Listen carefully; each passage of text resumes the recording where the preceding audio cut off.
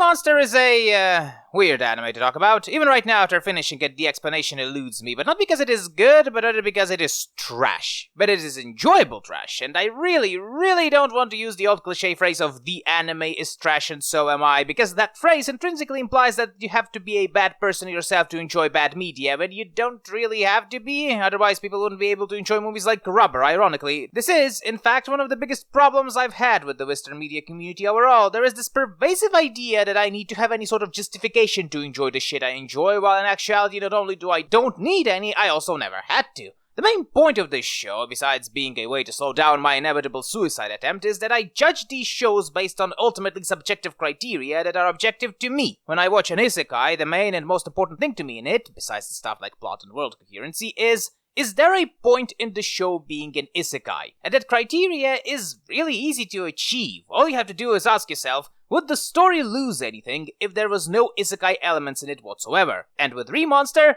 well, kinda, but mostly yes, it wouldn't. The main hero lived in a modern world, got killed by a woman, and reincarnated in a goblin, because for some reason Japanese people really like to treat goblins as just the weakest and most ugliest motherfuckers that ever roamed the earth. And so the hero becomes a goblin and uses his knowledge and the ability to get abilities of things he consumes to become big and strong and have a huge cock and just become the best. None of this really required the story to be an isekai. The main protagonist's ability of consuming was also the ability he had in previous life, which already makes the whole relatable to the reader thing a bit moot, unless Japan is a host to an unknown colony of Kroots. Add to this the now usual thing of evolution. You know what I'm talking about. If the isekai is stuck in a monster's body, there always needs to be a Pokemon-style evolution, because otherwise the show would be very boring. Only if at least most other anime follow a Pokemon logic style of evolution, this follows a Digimon logic, where a goblin can evolve into a hobgoblin, then an ogre, then into a vampire, a ghoul, or a minotaur for some reason. At least the show's point of power fantasy is still here, because the hero fucks pretty much most of the women in his tribe, including women of other races as well. But even having said all of this, I still enjoyed the show immensely as the mediocre trash pile that it is. The graphics aren't that bad for these sorts of shows, the music was also not that bad either. Ultimately, this is a very middle to lower average anime that is a dime a dozen, and most of the people who will ever bother watching it will forget about its existence outside of some random bits of memories, like that the main hero that is an ogre birthed a high orc for some reason. I guess it all comes down to a simple question. What are you going to do once you realize that the show will not surprise you and you know what it is from the get-go? Many people will refer to whether or not they like this genre and then either watch it until they get bored or skip it. I personally try to engage the show on its level. So what if it's a trash anime? Even trash deserves to be watched, you just need to adjust your expectations accordingly. And I hope that, just like I'm here to just ramble about anime, so our my viewers can laugh, if not with me, then at me. 'Cause why not? That's the joys of an organic audience.